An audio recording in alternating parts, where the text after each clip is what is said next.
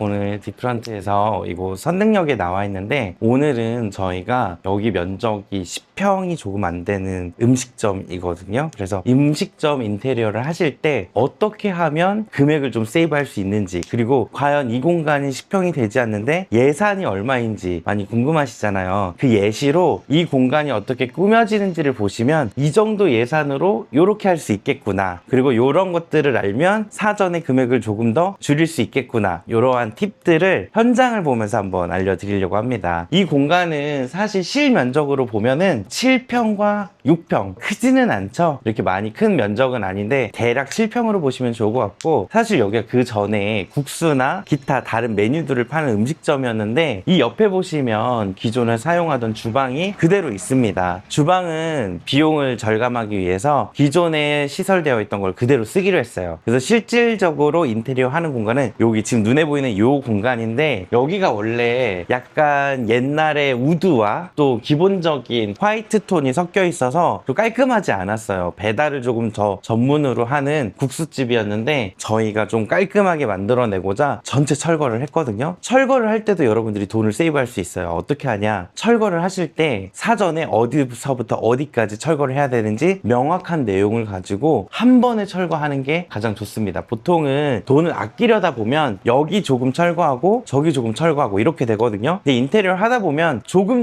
철거하는 건 도움이 되지 않아요. 그래서 저희는 이번에 과감하게 이렇게 싹 철거를 했습니다. 전면부에 있는 폴딩 도어랑 기타적인 시설물들까지 다 철거를 했는데, 여기를 철거하는 데는 140만 원 정도가 소비되었어요. 이 비용 안에는 3명의 인건비 그리고 폐기를 하는 폐기 처리 비용 포함 금액이라고 보시면 좋을 것 같아요. 그래서 저희가 오늘은 이렇게 다 철거된 상태를 지금 보고 계시는데, 저희가 음식점 설계를 할 때 제일 많이 돈이 들어가는 게 설비, 그 다음에 샤시, 내부의 마감, 이런 것들 여러 가지가 있지만 제일 많이 들어가는 게 설비거든요. 근데 여기에서는 설비가 빠졌어요. 왜냐, 기존에 있는 걸 그대로 사용하기 때문에 그런 비용들이 많이 줄어든다 생각하시면 좋을 것 같아요. 대신에 그 비용을 가지고 내부적으로 조금 더 포인트를 잡고 간판이나 전면부에 있던 샤시 이런 거에 돈을 조금 쓰기로 했거든요. 이런 여러분들이 돈을 어디에 어떻게 쓰실지 효율적 배분을 하시면 인테리어를 하실 때 비용이 조금 더 많이 줄어들 수 있다. 그리고 저희가 한번 사전에 체크해야 될 부분들이 있는데, 기존에 있는 주방을 그대로 쓴다고 하더라도 상태가 좋지 않은 경우들이 있어요. 여기 같은 경우는 기존에 있는 주방을 재사용을 할 거지만 매우 더러워요. 더럽고 이 바닥에 방수되어 있는 코팅제라고 하죠. 이 에폭시가 다 드러나 있는 상태거든요. 그래서 이번에는 내부의 수도 설비는 그대로 사용을 하지만 에폭시는 샌딩 처리를 해서 깔끔하게 새로 도장을 할 예정입니다. 그래서 여러분들이 임대를 얻으실 때는 기존에 있는 주방이 내가 새롭게 오픈하려는 곳과 얼마나 일체감 있게 쓸 수 있는지, 종목에 따라서는 이렇게 설비가 되어 있는 것들이 필요하지 않고 본인들의 필요에 따라서 재설비를 해야 되는 경우가 있거든요. 그렇게 되면 비용이 또 올라가요. 그래서 여러분들이 건물을 찾으실 때 만약에 이미 음식점을 하는 곳을 임대를 하셔가지고 운영하실 때는 이 주방의 레이아웃이나 활용성이 내가 새로 오픈하려는 공간과 얼마나 일체감이 있는지를 체크해 보시는 게 좋을 것 같습니다. 여기 점주께서는 주방의 레이아웃이 중요한 음식점을 하는 건 아니라서 기존에 있는 레이아웃을 그대로 재사용할 계획이다 보니까 이런 설비를 새로 하는 비용은 많이 아끼셨고요. 대신에 그 비용을 가지고 바닥에 방수랑 마감을 조금 더 깔끔하게 하기로 했습니다. 이런 게 하나의 비용 절감이라고 보면 좋을 것 같아요. 보통 새로 인테리어를 한다고 하면 내부를 다 뜯어내고 하거든요. 그렇게 되면 설비도 다시 해야 되고 방수도 다시 해야 되고 이런 것들이 다 비용이라 보시면 좋을 것 같아요. 요즘처럼 인건비가 많이 상승하고 있을 때에는 기존에 있는 시설들을 최대한 재활용하는 것도 인테리어 비용을 아끼는 꿀팁이라고 보시면 좋을 것 같아요. 이 전면부에 보시면 기존에는 샤시로 되어 있었는데 여기 대표님께서는 야장을 오픈하려고 해요. 그래서 폴딩도어를 교체를 해야 되기 때문에 어쩔 수 없이 샤시를 철거했거든요. 하지만 비싼 폴딩을 사용하지는 않을 거고요. 가장 기본적인 PVC 틀로 되어 있는 제품으로 완성을 해드리려고 하고 있습니다. 그리고 내부를 보시면 저희가 철거하다가 보니 기존에 여기가 벽체가 3번을 덧방을 해놨어요. 그래서 그만큼의 벽체 두께가 많이 있었다 보니까 면적을 조금 더 확보할 수 있던 기회가 됐거든요. 반면에 여기에 큰 창이 생겨서 저는 이 공간을 포인트 되는 공간으로 활용을 하려고 해요. 그래서 이렇게 철거가 다 된 상태에서 디자인을 하시는 게 좋다. 보통은 철거가 안 된 상태에서 내부 실측을 하고 디자인을 하거든요. 그러다 보면은 처음 디자인했던 내용과 철거 후의 면적과 디자인이 바뀔 수 있는 일들이 생겨요. 그러면 이미 계약은 했고 디자인도 다 나와 있는데 현장 상황이 내 디자인하고 맞지 않다. 그럼 또 다른 비용들이 추가가 되거든요. 그래서 사전에 인테리어 계약을 하실 때는 웬만하면 철거가 다 된 상태에서 내부 환경을 체크해 보시고 계약을 하시면 좀 더 좋다. 명확한 견적과 명확한 내용으로 디자인할 수 있다라는 걸 여러분들이 참고하셨으면 좋겠고요. 여기는 천장에 층고가 조금 있는 편이에요. 그래서 좁지만 많이 좁다라는 느낌이 안 들거든요. 물론 지금 전면부가 샤시가 없기 때문에 더 넓어 보이는 효과도 있어요. 그래서 이곳에서는 그런 효과도 누릴 겸 이 꽤 높은 사이즈의 폴딩으로